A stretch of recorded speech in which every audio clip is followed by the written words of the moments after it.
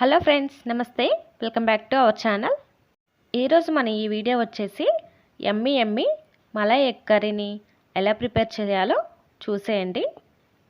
ఈ malai egg curry rice, pulao, chapati, naans లాంటి వాటిలోకి చాలా బాగుంటుందండి. వెరీ సింపుల్గా మనం ఈ ఎగ్ మలై కర్రీని ప్రిపేర్ చేసుకోవచ్చండి. టేస్ట్ అయితే చాలా బాగుంటుంది. మిక్సీ జార్లో 2 ఆనియన్స్ని పెద్ద ముక్కలాగా కట్ చేసి తీసుకోండి. 10 పచ్చిమిర్చి ముక్కలు, మీరు తినే స్పైసీని బట్టి పచ్చిమిర్చి వేసుకోండి. 10 జీడిపప్పులు, అలాగే 1 టీ స్పూన్ షాజీరా, జాపత్రి 1, జాజికాయ 1, అనాస పువ్వు 1, 1 టీ స్పూన్ మిరియాలు, 3 ఇలాచి, 8 లవంగాలు, 4 చిన్న దాల్చిన చెక్క ముక్కలు. ఈ బిర్యానీ స్పైసెస్ పచ్చిమిర్చి ఆనియన్స్తో పాటు మిక్సీలో వేసుకొని 1/2 టీ గ్లాస్ వాటర్ పోసి ఇలా మెత్తటి పేస్ట్ లాగా గ్రైండ్ చేసుకోండి. మలై ఎగ్ కర్రీ కోసం ఇక్కడ నేను ఉడికించిన 6 ఎగ్స్ని తీసుకున్నాను. ఎగ్స్ని ఆయిల్లో ఫ్రై చేసుకునే ముందు చాక్తో ఇలా లైట్గా ఘాట్లు అనేవి పెట్టుకోండి.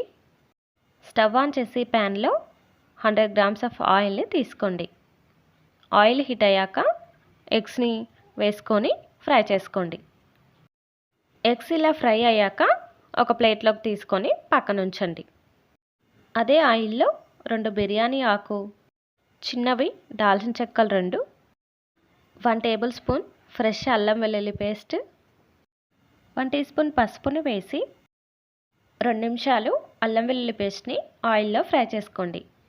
మంచి ఫ్లేవర్తో అల్లం వెల్లుల్లి పేస్ట్ అనేది ఈ విధంగా ఫ్రై అయ్యాక రుచికి సరిపడినంత ఉప్పు, మనం ముందుగా గ్రైండ్ చేసి పెట్టుకున్న పచ్చిమిర్చి, onion, biryani spices, cashew nuts పేస్ట్ని వేసి కలుపుకుంటూ 5 నిమిషాలు మీడియం ఫ్లేమ్లో కుక్ చేసుకోండి.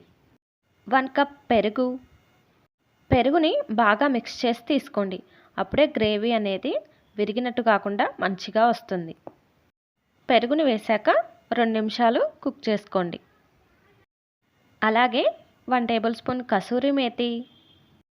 కసూరి మెతిని లైట్గా డ్రై రోస్ట్ చేసి మెత్తగా పౌడర్లా చేసి తీసుకోండి.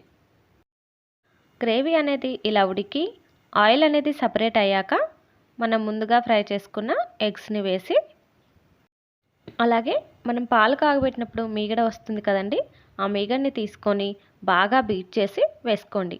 టేస్ట్ అయితే చాలా బాగుంటుంది. ఒకసారి కలుపుకొని మూత పెట్టి 5 నిమిషాలు లో ఫ్లేమ్లో ఉడికించుకోండి. గ్రేవీ అనేది ఈ విధంగా ఉంటే సరిపోతుందండి.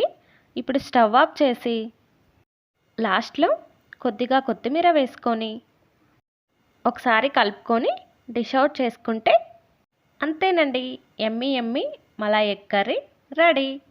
ఇలా వెరీ సింపుల్గా ఈ మలై ఎగ్ కర్రీని మీరు ఇంట్లోనే ప్రిపేర్ చేసుకోవచ్చండి.